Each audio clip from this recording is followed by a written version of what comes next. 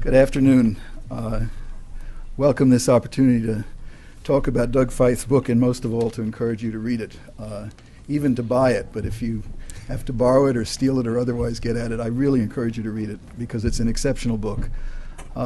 It's exceptional for its point of view. There have been a lot of books written about Iraq, and I'm sure there'll be many more still to come. But most of them tend to come from points of view that are quite radically different from Doug's. And I think it's very important to have this position laid out in such a clear way.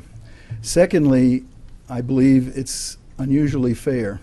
Obviously, it has a point of view, but the author goes out of his way to try to present the different sides of different arguments. And I think it's informed by a fundamental perception that policy is not about picking the perfect alternative or even the good alternative, but more often than not, picking the least bad of the various bad choices that confront you. And so no decisions are really that clear-cut.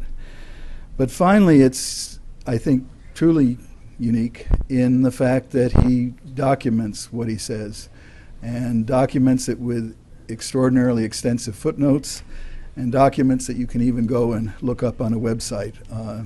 I just heard that this could be a threat to professors all over the world, that students could actually go on a website and check out the footnotes in academic research. But if so, that's a very good precedent. And finally, I found it very interesting for the color that is in there.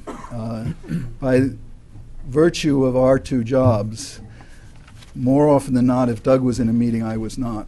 And if I was in a meeting, often he wasn't. So I learned a lot about meetings that were taking place that I had been informed about at the time, but never in quite the same level of detail. And as I say, with scrupulous attention to contemporaneous notes that he took at the time. I wanted just to give you, I am going to confess too, I haven't read the whole book yet. It's a very deep read. It's very detailed. I think it repays very close reading. But I've read a lot of it. I think one of the themes on which it's very important is the fundamental understanding that this struggle that we're in, or conflict, war against terrorism or terror, or there are other terms, and the terminology is at issue, and that's a difficult question, but that it is fundamentally a war and not a law enforcement activity. To quote from his book, the 9/11 attack was a new phenomenon, and not just because it hit Americans on American soil. It was not an act of political theater. Rather, it was the first successful case of terrorism of mass destruction. He goes on elsewhere to say, we recognize that identifying the perpetrators was not the same as deciding how to define the enemy. If the priority of action was to prevent the next attack, then the enemy was not just the particular group responsible for the 9/11 hijackings.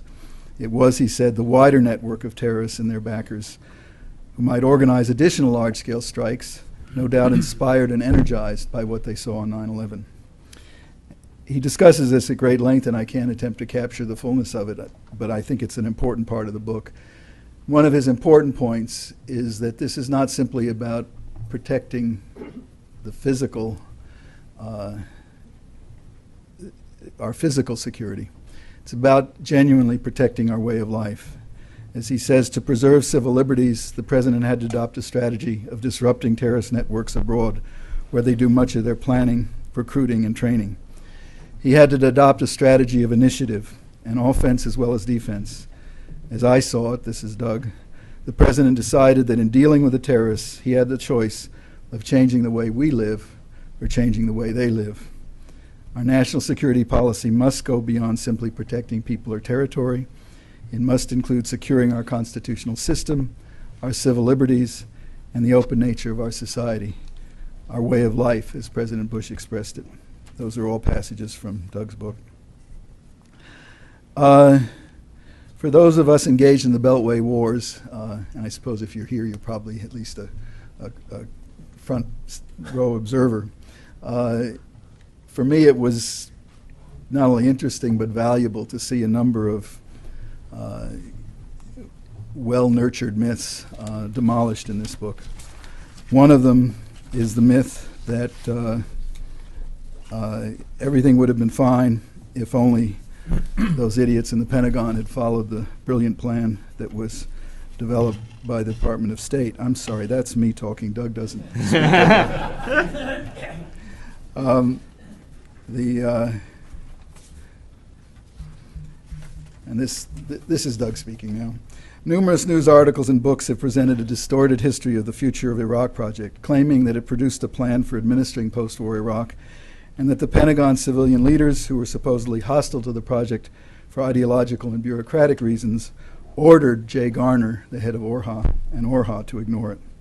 John Kerry used that story in the 2004 presidential debates, and it eventually became so well established a piece of conventional wisdom that journalists and members of Congress could invoke it without feeling obliged to cite sources or seek confirmation. But he says the Future of Iraq project did not produce a plan. It produced concept papers. Bremer makes this point in his book, citing Ambassador Ryan Crocker, who is now our ambassador in Iraq, who had served as Deputy Assistant Secretary of State in the State Department Bureau responsible for the Future of Iraq project.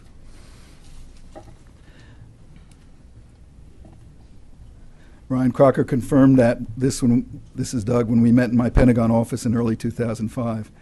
He emphasized that not even State's Near East Bureau, let alone the State Department, had adopted the Future of Iraq papers.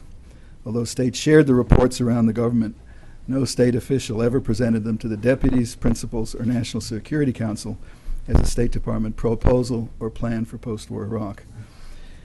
Indeed, it goes much further, and I'll get into that in closing here, because if there was a distinctive feature of those Future of Iraq papers, it was the paper written by Kanan Makia that talked about the early and immediate establishment of sovereign Iraqi authority. And as Doug recounts at very great length in his book, that was an issue that was argued out both in the interagency and in Baghdad, and it was very much State Department on the other side of that view. Another myth that Doug takes on is the myth about Ahmed Chalabi, who was constantly portrayed, is still constantly portrayed as somehow the Karzai of the Pentagon, I suppose you could say, the person the Pentagon wanted to install as the leader of Iraq. But he says correctly, for Donald Rumsfeld, it was a consistent principle that U.S. officials should not try to pick specific leaders for other countries.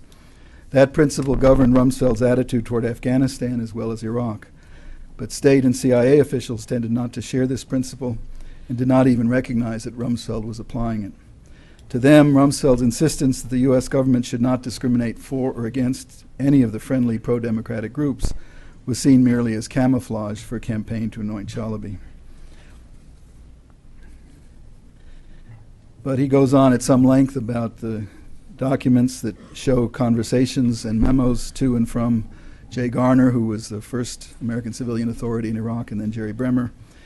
And he concludes that neither Garner nor Bremer was ever asked to help Chalabi, let alone anoint him, should it dispose of the allegation that the Pentagon's leadership team was working on a pro-Chalabi plot.